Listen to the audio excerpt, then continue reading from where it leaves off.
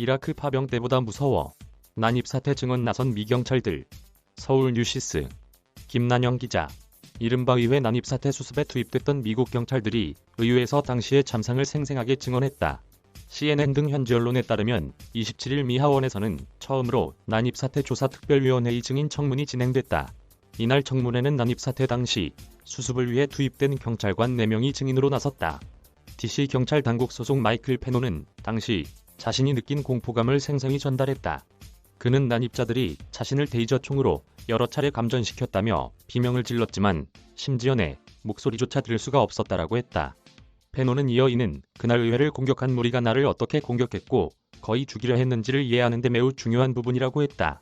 당시 페논이 당한 폭력 상황은 그의 보디카메라에 녹화됐다고 한다. 페논을 공격한 무리 사이에서는 그가 가진 총으로 그를 죽여라라는 말까지 나왔다고 한다. 페논은 당시 경험을 내가 본 것 중 어떤 것과도 비슷하지 않았다라고 묘사했다. 보도에 따르면 페논에게는 4명의 딸이 있다. 그는 공격을 당하는 동안 자신의 4딸이 아빠를 잃는 상황을 떠올렸다고 한다.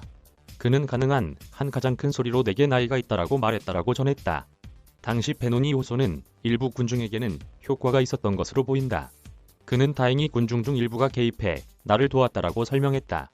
그는 폭행 상황에서 벗어난 뒤 병원으로 이송됐지만 심장마비를 겪었다. 페논은 이후에 뇌진탕 진단을 받았고 트라우마로 인한 뇌 손상과 그 후속 증상으로 스트레스 성장애를 겪었다라며 정신적 트라우마와 감정적 불안이 남았다라고 했다. 아울러 내 아이들도 그날 거의 아빠를 잃을 뻔했던 트라우마를 계속 겪는다라고 덧붙였다. 또 다른 투입 경관인 미 의회 경찰국 소속 에퀼린 거널은 이라크에 파병됐던 기간보다 그날 의회에서 일하는 게 더 무서웠다라고 회상했다. 거널은 이라크전 참전 베테랑이다. 거널은 이라크에서 우리는 전쟁 구역에 있었다. 하지만 군이나 경찰관으로서 내 경험으로는 1월 6일 우리에게 들이닥쳤던 상황에 대응할 준비가 되지 않았다라고 호소했다. 그의 증언에 따르면 당시 난입자들은 후추 스프레이와 흉기, 경찰로부터 빼앗은 방패 등을 소지했다. 난입자들은 트럼프가 우리를 보냈다. 옳은 편을 선택하라라고 요구했다고 한다. 당시 그는 난입자들과 맞서다 경찰 방패 위로 넘어졌는데 즉각 방패와 보호구를 빼앗기고 사지가 잡아당겨졌다고 한다.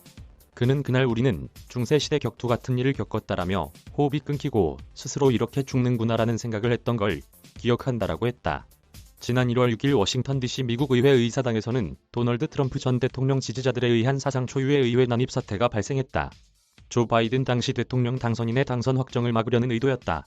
당시 사태를 진정시키려 투입된 경찰관 중 사망자가 나왔으며 난입에 앞서 연설을 했던 트럼프 전 대통령은 이 사건으로 임기 중 2번이나 탄핵 소추를 당한 대통령이라는 오명을 쓰게 됐다. 이메일 주소